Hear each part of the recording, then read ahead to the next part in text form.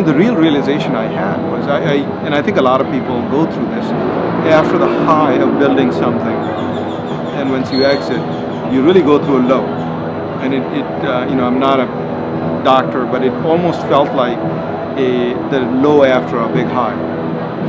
And your brain sort of gets into this combat train mode, and you're sort of constantly looking for the next.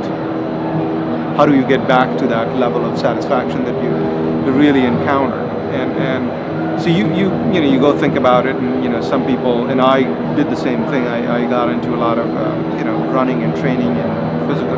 So I'd never been diligent about any of those things, but I got in.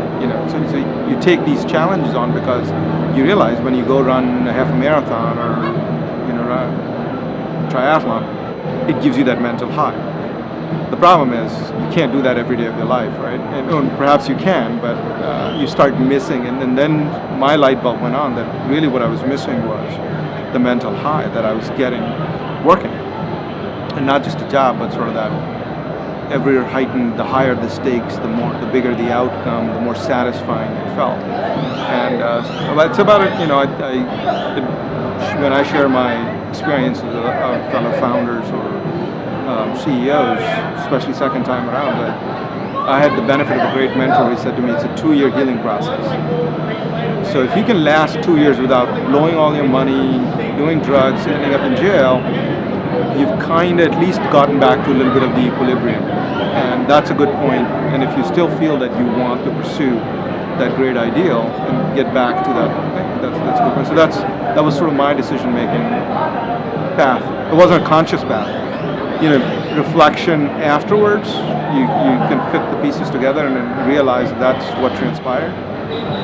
But it's basically you're looking for that fulfillment, for that high, and you're not going to get it. I mean, you can only play so much golf, and you can't live vicariously through others, right? So making an angel investment, right, and it's a very different skill set, and I think I'm not skilled at that. I've never done it, so it'd be very presumptuous for me to say that that's good or bad, or it's just not mine.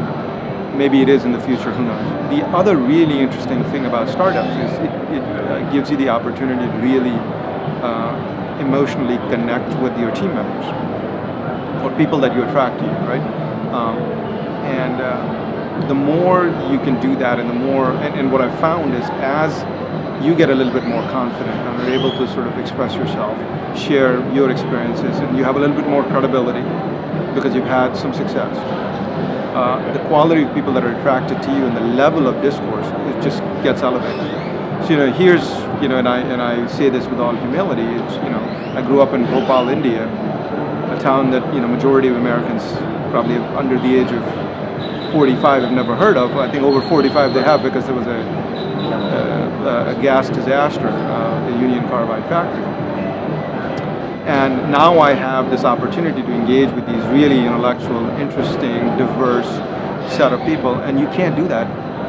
I don't know how else I would be able to do that. It's a great outcome.